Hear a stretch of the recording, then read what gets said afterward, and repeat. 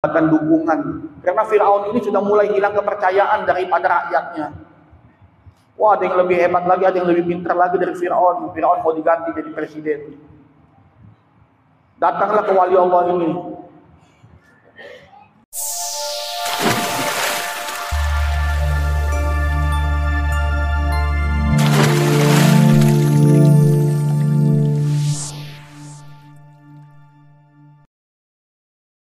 Ya Allah, ya Rahman, ya Rahim, ya Karim. Ya Allah, ya Rahman, ya Rahim, ya Karim. Arfa' ma lana mitra, kun fayakun hikam mitra. Arfa' ma lana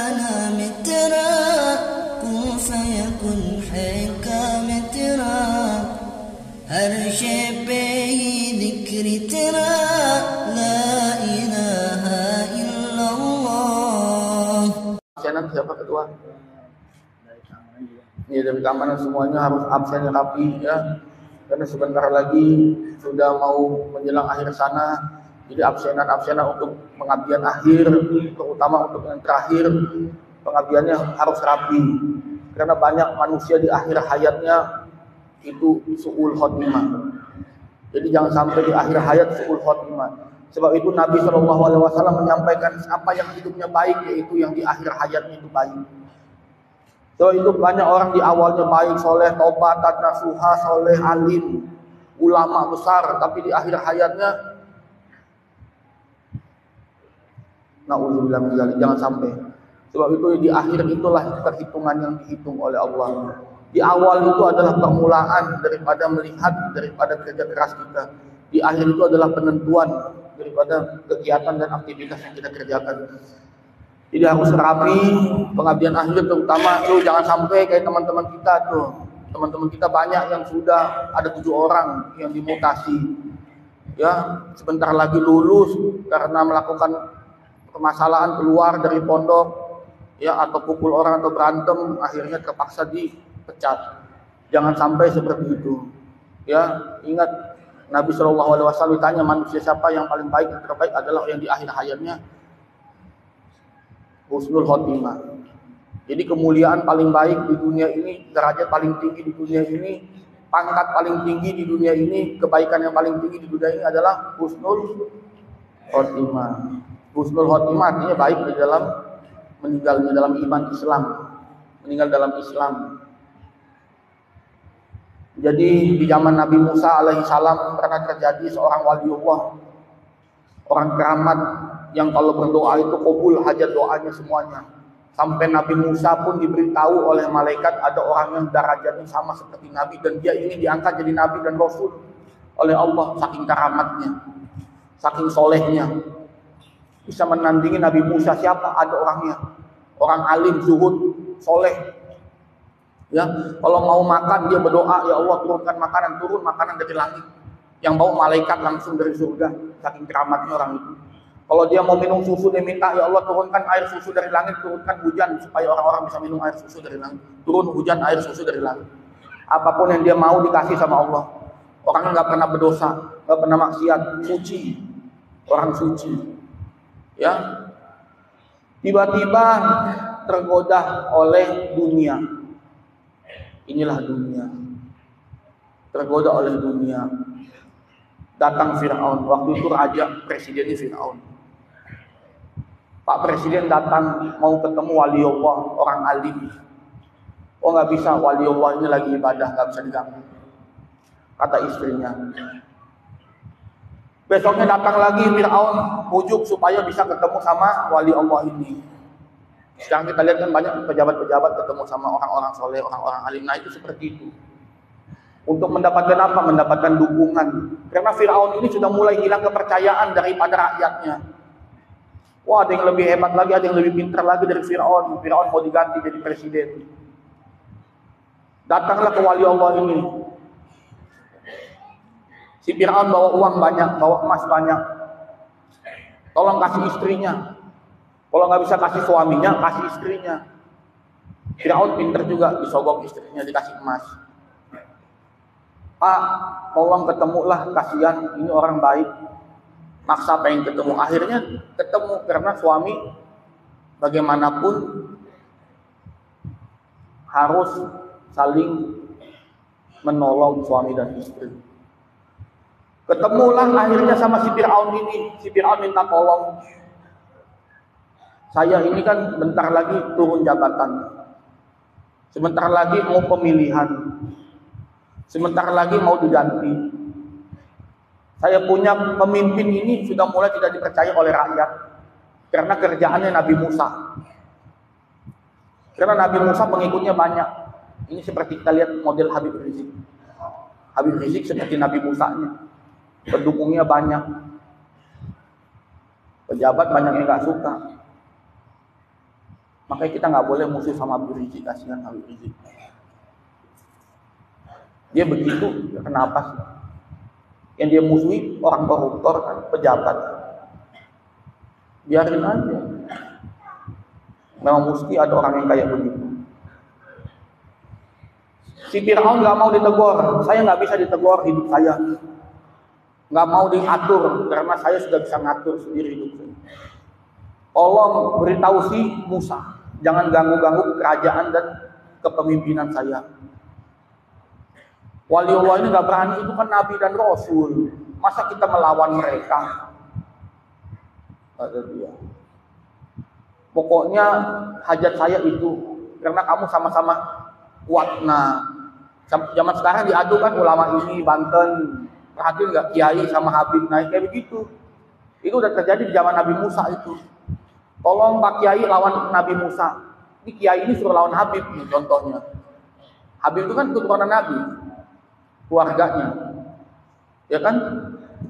Allahumma sholli ala Sayyidina Muhammad wa ala ali, keluarganya Sayyidina Ali, Sayyidina Muhammad. Nah, supaya berantem si Kiai ini sama Nabi Musa ini. Datanglah Kiai ketemu Nabi Musa supaya tidak mengganggu kepemimpinan si Firaun. Karena si Firaun ini mulai dihilangkan, rakyat mulai nggak percaya. Nabi Musa tetap keras, nggak bisa. Apa kalau kata Habib Rizik itu mungkar apa? Amar ma'ruf nahi mungkar. Kalau Habib Rizik kan begitu bilangnya. Pokoknya harus benarkan yang salah itu, nggak boleh dibiarkan kesalahan. Tolong kasih lembut sedikit, kasih kesempatan sedikit. Enggak, si Firaun itu sudah melampaui batas. Ya, nggak ada toleran lagi. Akhirnya kiai ini, ulama ini berdoa kepada Allah. Ya Allah, bagaimana supaya saya bisa melawan Nabi Musa? Bayangkan. Makanya Allah tidak akan mengangkat derajat seseorang menjadi wali Allah kalau di hatinya ada musuh bersama ulama, sama kiai, sama ustaz, nggak boleh, sama siapapun. Kalau ada musuh, kata lihat cincin aku ini dari tadi ini.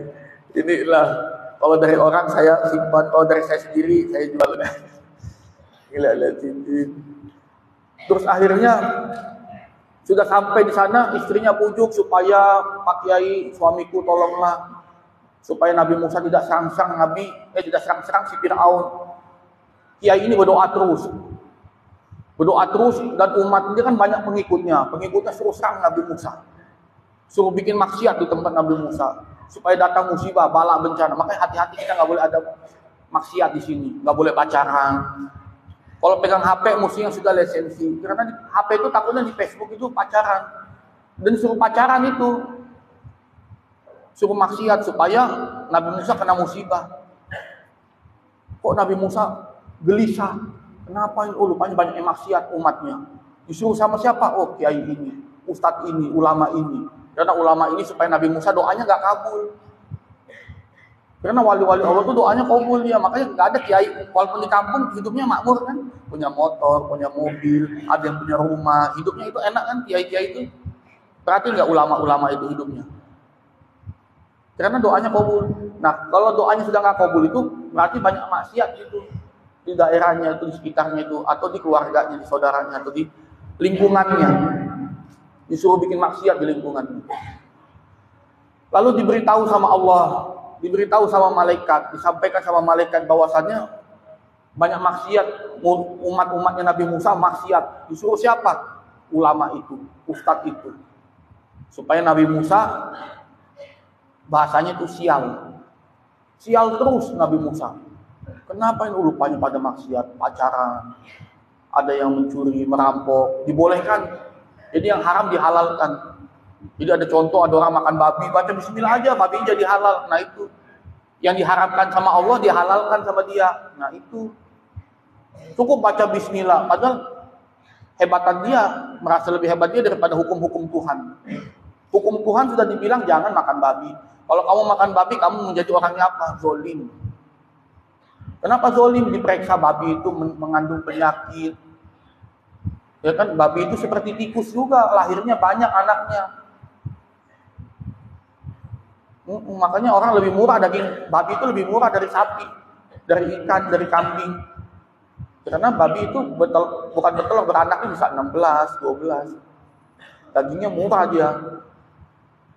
Makanya orang lebih senang makan babi, daging murah. Kenapa orang Islam nggak boleh? Taatilah Allah, ikutilah Allah. Siapa yang ikut Allah selamat ya. Akhirnya Nabi Musa berdoa, ya Allah, siapa yang bikin musibah, bikin bala bencana ini, tolong tunjukkan sama saya. Ketemu sama Nabi Musa, ribut berantem ilmu, perang ilmu sakti, sakti mandarguna. Wah, kayak dendam nyipelet, ilmu-ilmuwan. Nabi Musa juga punya kekuatan. Beliau juga punya kekuatan, dibantu sama setan Nabi.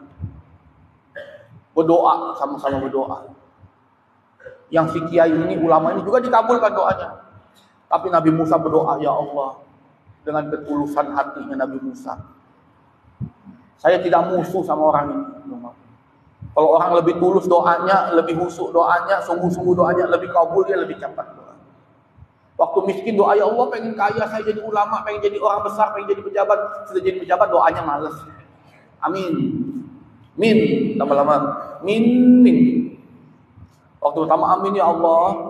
Amin ya Allah, Baim dalam keadaan susah ini Baim. Sudah kaya, sudah hebat. Amin. Min. Oke, pulang. Ini males doa. Beda doanya Nabi Musa, ya Allah, saya gak musuh sama dia, gak benci sama dia ya Allah. Tolong bukakan hatinya, beri dia hidayat, beri dia petunjuk. Gitu Nabi Musa doa. Kasihan dia orang alim, orang soleh. Itu makanya kalau makan uang haram jadi begitu.